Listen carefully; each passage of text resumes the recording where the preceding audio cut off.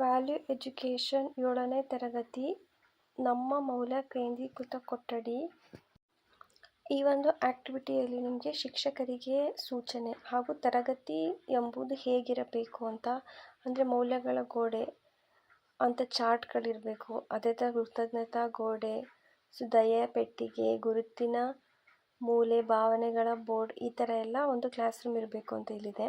ನೆಕ್ಸ್ಟ್ನಲ್ಲಿ ನನ್ನ ಕೆಲಸ ನನ್ನ ಹೆಮ್ಮೆ ಅಂತ, ಇದು ಚಟುವಟಿಕೆ ಹಾಗೂ ಉದಾಹರಣೆ. ಇಲ್ಲಿ ಸಾಲು ಮರದ ತಿಮ್ಮಕ್ಕ ಅವರ ಬಗ್ಗೆ ಉದಾಹರಣೆ ಕೊಟ್ಟಿದ್ದಾರೆ. ಅವರು 8,000ಕ್ಕೂ ಹೆಚ್ಚು ಗಿಡಗಳನ್ನು ನೆಟ್ಟಿದ್ದಾರೆ ಹಾಗೂ 385 ಆಲದ ಮರಗಳು ಸೇರಿ ಇವರಿಗೆ 2019ರಲ್ಲಿ ಇವರಿಗೆ ಪದ್ಮಶ್ರೀ ಪ್ರಶಸ್ತಿ ಕೂಡ ಇವರಿಗೆ ಸಿಕ್ಕಿದೆ. ಇದರಲ್ಲಿ ನಮಗೆ ಏನು ಒಂದು ಮಾಹಿತಿ ದೊರೆಯುತ್ತೆ ಅಂದರೆ, ನಾವು ಹೇಗೆ ಕೆಲಸ ಮಾಡ್ತೀವೋ ನಮಗೆ ಅದರಿಂದ ಒಂದು ಪ್ರೌಡ್ ಹಾಗೂ ಒಂದು ಒಳ್ಳೆ ನೇಮ್ ಸಿಗುತ್ತೆ ಅಂತ.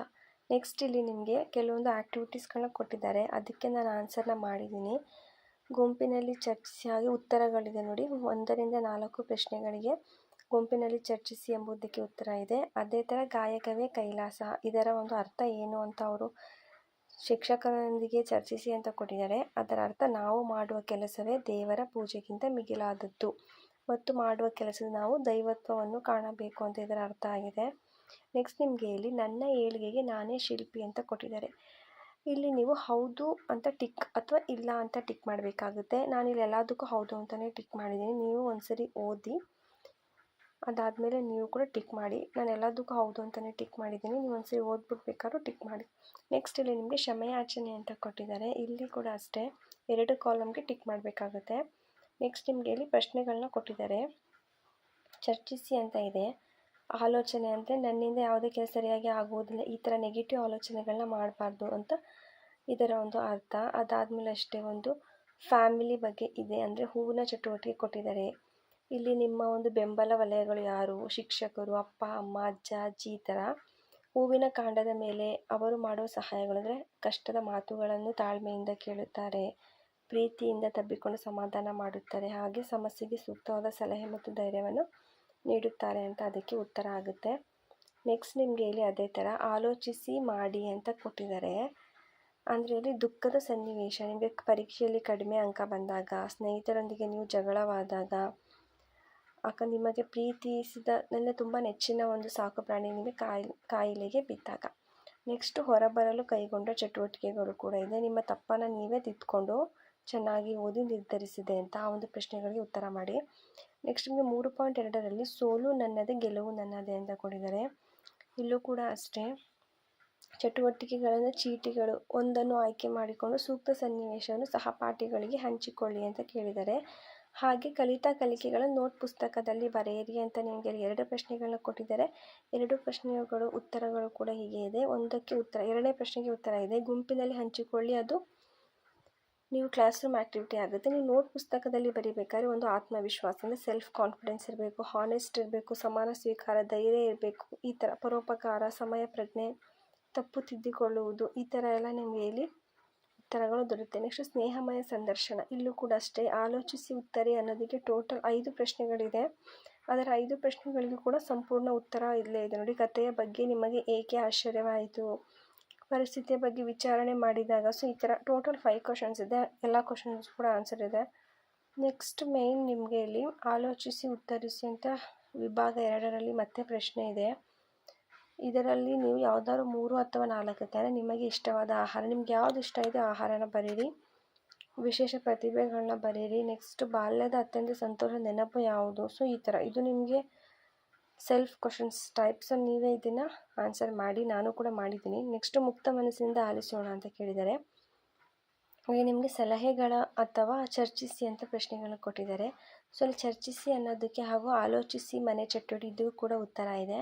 ನೆಕ್ಸ್ಟ್ ಮರುಗಲಿ ಬಾಳು ಅಂತ ಕೊಟ್ಟಿದ್ದಾರೆ ಮತ್ತು ಚರ್ಚಿಸಿ ಅಂತ ಪ್ರಶ್ನೆಗಳನ್ನು ಕೂಡ ಕೊಟ್ಟಿದ್ದಾರೆ. ಇಲ್ಲಿ ಪ್ರಶ್ನೆಗಳಿಗೆ ನಾನು ಉತ್ತರಗಳನ್ನ ಬರೆದಿದ್ದೀನಿ. ಬಾಲಕನಿಗೆ ಇದು ಒಂದು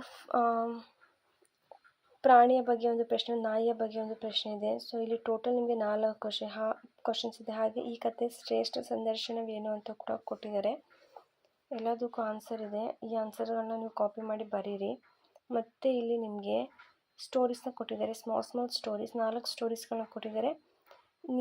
ನಿಮಗೆ ಏನು ಅನ್ನಿಸ್ತದೆ, ನಿಮ್ಮ ಪ್ರತಿಕ್ರಿಯೆ, ನಿಮ್ಮ ಅಭಿಪ್ರಾಯ, ಇಲ್ಲಿ ನಿಮ್ಮ ಒಂದು ಒಪಿನಿಯನ್ ಅಥವಾ ಸಜೆಷನ್ನ ನೀವಲ್ಲಿ ಬರಿಬೇಕಾಗುತ್ತೆ. ನನಗೆ ಅನಿಸಿದ್ದನ್ನ ನಾನು ಬರೆದಿದ್ದೀನಿ. ನಿಮ್ಗೆ ಏನು ಅನಿಸುತ್ತೋ ನಿಮ್ಮ ಬಾಕ್ಸ್ಗಳಲ್ಲಿ ನೀವು ಬರೀರಿ, ಅಥವಾ ಇದೇ ಒಂದು ಆನ್ಸರ್ಸ್ಗಳನ್ನ ಕೂಡ ನಿಮ್ಮ ನೋಟ್ ಪುಸ್ತಕದಲ್ಲಿ ನೀವು ಬರಿಬೋದು. ನೆಕ್ಸ್ಟ್ ಎಲ್ಲರಿಗಾಗಿ ಶಾಲೆ ಅಂತ ಕೊಟ್ಟಿದ್ದಾರೆ. ಇದಕ್ಕೆ ಉತ್ತರಗಳು ಚಿತ್ರದಲ್ಲಿ ನೀಡಲಾಗಿರೋ ಹಂತ ಬಿ 4 ಪ್ರಶ್ನೆಗಳನ್ನ ಕೊಟ್ಟಿದ್ದಾರೆ. ವೈಕಲ್ಯದಿಂದ ಶಾಲಾ ದಿನವು ಹೇಗೆ ವಿಭಿನ್ನವಾಗಿರುತ್ತದೆ, ಹಾಗೆ ಎದುರಿಸಬೇಕಾದ ಮುಖ್ಯ ಸವಾಲುಗಳು, ದಿನವನ್ನು ಸುಲಭವಾಗಿ ಬೇಕಾಗುವ ವ್ಯವಸ್ಥೆಗಳು ಯಾವುದು, ಸಹಪಾಠಿಗಳ ಒಳಗೊಳ್ಳುವಿಕೆ ಮತ್ತು ಸ್ಪಂದಿಸುವಿಕೆ. ನೋಡಿ, ಈ ಥರ ಪ್ರಶ್ನೆಗಳನ್ನ ನಿಮಗೆ ಇಲ್ಲಿ ಕೇಳಿದರೆ ಇದಕ್ಕೆ ಉತ್ತರ ಇದೆ, ಇದನ್ನು ನೀವು ಬರೀರಿ. ನೆಕ್ಸ್ಟ್ ನಿಮಗೆ ಹಾಗೆ ಇಲ್ಲಿ ನಿಮ್ಮ ಶಾಲಾ ಕೊಠಡಿಯಲ್ಲಿ ಒಳಗೊಳ್ಳುವ ಮುಖ್ಯ ಬದಲಾವಣೆಗಳು ಏನೇನಿರಬೇಕು ಅಂತ, ಹೊಂದಾಣಿಕೆ ಪೀಠೋಪಕರಣಗಳು, ಹಾಗೆ ಬ್ರೈಲ್ ಮತ್ತು ಆಡಿಯೋ ಪುಸ್ತಕಗಳು, ಅಂದರೆ ಅಂಗವೈಕಲ್ಯ ಮಕ್ಕಳಿಗೆ ನಾರ್ಮಲ್ ಬುಕ್ಸ್, ಅಂದರೆ ನೀವು ಯಾವ ಥರ ಬುಕ್ಸ್ ಯೂಸ್ ಮಾಡ್ತೀರಾ ಆ ಥರ ಅಲ್ಲ, ಅವ್ರಿಗೆ ಬೇರೆದೇ ಒಂದು ಪುಸ್ತಕಗಳಿರುತ್ತೆ, ಮತ್ತು ಅವರ ಒಂದು ಕಲಿಕೆಯ ವಿಧಾನವೇ ಬೇರೆ ಇರುತ್ತೆ. ಹಾಗೆ ಒಂದು ಸಹಾನುಭೂತಿ ವಾತಾವರಣ, ಅಂದರೆ ಅವ್ರಿಗೂ ಕೂಡ ನಾವು ಅಷ್ಟೇ ರೆಸ್ಪೆಕ್ಟ್ನ ನಾವಲ್ಲಿ ಕ್ಲಾಸ್ ರೂಮಲ್ಲಿ ಕೊಡಬೇಕು ಅಂತ ಇದರ ಒಂದು. ನೆಕ್ಸ್ಟ್ 5.3 ನಮ್ಮ ದೇಹವನ್ನು ಯಾರು ಸೃಷ್ಟಿಸಿದರು ಅಂತ. ನೆಕ್ಸ್ಟು 6.1 ಕ್ವಶನ್ಸ್ ಇದೆ. ಇಲ್ಲಿ ನಿಮಗೆ ಕಾನೂನಾತ್ಮಕ ಹಕ್ಕುಗಳು, ಆರೋಗ್ಯದ ಹಕ್ಕುಗಳ ಬಗ್ಗೆ ಮಾತನಾಡಿದ್ದಾರೆ, ಕುಟುಂಬದ ಸಮಾನತೆ ಹಕ್ಕು ಬಗ್ಗೆ ಇದೆ. ಅದಾದಮೇಲೆ ನೆಕ್ಸ್ಟ್ ನಿಮಗೆ ಲಿಂಗ ತಾರತಮ್ಯದ ಮುಕ್ತಿ ಇದೆ. ನೆಕ್ಸ್ಟ್ ಸಾಮಾಜಿಕ ಪಿಡುಗುಗಳಿಂದ ಮುಕ್ತಿ ಅಂತ ಕೊಟ್ಟಿದ್ದಾರೆ. ಸೊ ಈ ಥರ ನಿಮಗೆ ಒಂದು 5 ಪಾಯಿಂಟ್ಸ್ ನಿಮಗೆ ಇಲ್ಲಿ ಮೆನ್ಷನ್ನ ಮಾಡಿದ್ದಾರೆ. ನೆಕ್ಸ್ಟ್ ನಿಮಗೆ ಲಿಂಗತ್ವ ವ್ಯತ್ಯಾಸಗಳನ್ನು ಗೌರವಿಸುವುದು ಅಂತ ಇದೆ. ಪೋಷಕರು ಗುಂಪಿನಲ್ಲಿ ಚರ್ಚಿಸಿ ಅಂತ ಕೇಳ್ತಾರೆ. ಸೊ ಪೋಷಕರ ಬಗ್ಗೆ ಇದೆ, ಶಿಕ್ಷಕರ ಬಗ್ಗೆ ಇದೆ, ವೈದ್ಯರ ಬಗ್ಗೆ ಇದೆ, ಅಧಿಕೃತ ಸಾಹಿತ್ಯ ಅಂತ ಇದೆ. ಸೊ ಇದ್ರ ಬಗ್ಗೆ ನೀವಿಲ್ಲಿ ಬರಿಬೇಕಾಗುತ್ತೆ. ವಿಜ್ಞಾನ ಪಠ್ಯಪುಸ್ತಕಗಳು, ಸರ್ಕಾರಿ ಆರೋಗ್ಯ ಸಂಸ್ಥೆಗಳ ಕೈಪಿಡಿ, ಈ ಥರ ನಿಮಗೆ ಕ್ವಶನ್ಸ್ಗಳಿದೆ, ಬರೆದಿದ್ದೀನಿ. ನೆಕ್ಸ್ಟ್ ನಿಮಗೆ ಸನ್ನಿವೇಶಕ್ಕೆ ಒಂದು ಉತ್ತರ, ಸನ್ನಿವೇಶ 2ಕ್ಕೆ ಒಂದು ಉತ್ತರನ ನಾನು ಟೈಪ್ ಮಾಡಿ ಬರೆದಿದ್ದೀನಿ. ಸೊ ನಿಮ್ಮದೇ ಅಭಿಪ್ರಾಯಗಳಿದೆ, ನೀವು ಕೂಡ ಬೇರೆ ಅಭಿಪ್ರಾಯಗಳನ್ನು ಕೂಡ ನೀವು ಬರಿಬೋದು, ಇಲ್ಲಾಂದರೆ ಇದನ್ನು ನೀವು ಬರೀರಿ. ಇಲ್ಲಿ ಗುಂಪು ಚರ್ಚೆ ಅಂದರೆ ಇದು ಕ್ಲಾಸ್ ರೂಮ್ ಆ್ಯಕ್ಟಿವಿಟಿ ಆಗುತ್ತೆ. ಈ ಬುಕ್ಕಲ್ಲಿರೋ ಎಲ್ಲ ಒಂದು ಆ್ಯಕ್ಟಿವಿಟೀಸ್ ಕೂಡ ಕ್ಲಾಸ್ ರೂಮಲ್ಲಿ ಆ್ಯಕ್ಟಿವಿಟೀಸೇ ಜಾಸ್ತಿ ಇದೆ ಇದರಲ್ಲಿ. ಮತ್ತು ಸಣ್ಣ ಹೆಜ್ಜೆ ಮಹತ್ತರ ಬದಲಾವಣೆ, ಆಲೋಚಿಸಿ ಬರೆಯಿರಿ ಪ್ರಶ್ನೆಗಳಿಗೆ ಇಲ್ಲಿ ಉತ್ತರಗಳಿದೆ. 4 ಪ್ರಶ್ನೆಗಳನ್ನ ಕೇಳಿದ್ದಾರೆ, ಆ ಒಂದು ಪ್ರಶ್ನೆಗಳಿಗೆ ಸಂಪೂರ್ಣ ಉತ್ತರ. ಕಾರ್ಯ ನಿಮ್ಮಲ್ಲಿ ಹೊಸ ಆಲೋಚನೆಗೆ ಕಾರಣವಾಗಿದೆ. ನೆಕ್ಸ್ಟ್ ಶಾಲೆಯಲ್ಲಿ ಸಮುದಾಯದ ಈ ರೀತಿಯ ಚಿಕ್ಕ ಸಹಾಯದಿಂದ ಬದಲಾವಣೆ ತರಲು ಯಾವ ಕೆಲಸ ಮಾಡಬಹುದು, ಇಂತಹ ಹೊಸ ಪರಿಹಾರಗಳನ್ನು ಹುಡುಕಲು ವೈಜ್ಞಾನಿಕತೆ. ನೆಕ್ಸ್ಟ್ ಪಟಾಕಿ ಮುಕ್ತ ಆಚರಣೆ ಅಂತ ಒಂದು ಆ್ಯಕ್ಟಿವಿಟಿ ಇದೆ. ಇಲ್ಲಿ ಗುಂಪಿನಲ್ಲಿ ಚರ್ಚಿಸಿ ಅಂತ ಪ್ರಶ್ನೆಗಳನ್ನ ಕೇಳಿದ್ದಾರೆ. ಈ ಒಂದು ಪ್ರಶ್ನೆಗೆ ಇಲ್ಲಿ ಉತ್ತರ ಅಂದರೆ ದೀಪಗಳನ್ನು ಹಚ್ಚುವುದು, ಹಾಗೆ ಇಲ್ಲಿ ಶಬ್ದ ಮಾಲಿನ್ಯ ಮತ್ತು ವಾಯು ಮಾಲಿನ್ಯದ ಬಗ್ಗೆ ಪ್ರಶ್ನೆಗಳನ್ನ ಕೇಳಿದ್ದಾರೆ. ಅಥವಾ ನೀವು ಬದಲಿಗೆ ನೀವು ಏನು ಮಾಡ್ಬೋದು, ಪಟಾಕಿ ಕೊಳ್ಳುವ ಹಣದಲ್ಲಿ ನೀವು ಬಡವರಿಗೆ ಸಹಾಯ ಮಾಡ್ಬೋದು, ಸಸಿಗಳನ್ನ ನೆಡಬಹುದು, ಈ ಥರ. ಗೆಳೆಯರಿಗಾಗಿ ಕೈಯಿಂದ ನೈಸರ್ಗಿಕ ಪ್ಲಾಸ್ಟಿಕ್ ಅಲ್ಲದ ವಸ್ತುಗಳ ಉಡುಗೊರೆಯಾಗಿ ನೀವು ತಯಾರಿಸಿ. ನೆಕ್ಸ್ಟ್ ಆಲೋಚಿಸಿ ಮತ್ತು ಮಾಡಿ ಅಂತ ಕೇಳಿದರೆ ಇದು ಕೂಡ ಉತ್ತರ ಇದೆ. ನೆಕ್ಸ್ಟ್ ಮತ ಚಲಾಯಿಸದ ಹಳ್ಳಿ, ಇಲ್ಲಿ ನಿಮಗೆ ಮತ ಚಲಾಯಿಸದ ಹಳ್ಳಿ ಅಂದರೆ ಪಂಚಾಯತ್ನಲ್ಲಿ ನಿರ್ಧಾರಗಳನ್ನು ಹೇಗೆ ತೆಗೆದುಕೊಳ್ಳಲಾಗುತ್ತದೆ. ಇನ್ನೊಂದು ಪ್ರಶ್ನೆ ವಾರ್ಡ್ ಅಂದರೆ ಏನು, ವಾರ್ಡ್ ಎಂದರೇನು, ಸ್ಥಳೀಯ ಸಂಸ್ಥೆಗಳ ಪಂಚಾಯತ್ ಮತ್ತು ಪುರಸಭೆ ಚುನಾವಣೆಯ ಸುಲಭ ನಿರ್ವಹಣೆಗಾಗಿ ಒಂದು ಗ್ರಾಮ ಅಥವಾ ನಗರವನ್ನು ವಿಂಗಡಿಸಲಾದ ಸಣ್ಣ ಭೌಗೋಳಿಕ ಕ್ಷೇತ್ರಗಳನ್ನು ವಾರ್ಡ್ ಎನ್ನಲಾಗುತ್ತದೆ ಅಂತ ಪ್ರಶ್ನೆ ಇದು. ನೆಕ್ಸ್ಟು ಅದೇ ಒಂದು ಪೇಜಲ್ಲಿ ಕ್ವಶನ್ ನಂಬರ್ 2, ಮತದಾರರು ಗುರುತಿನ ಚೀಟಿಯನ್ನು ಹೇಗೆ ಪಡೆದರು ಅಂತ ಇದೆ. ಇಲ್ಲಿ ಭಾರತದಲ್ಲಿ 18 ವರ್ಷ ತುಂಬಿದ ನಾಗರಿಕರಿಗೆ ವಯಸ್ಸಿನ ಪುರಾವೆ ಬಗ್ಗೆ ಕೇಳಿದ್ದಾರೆ.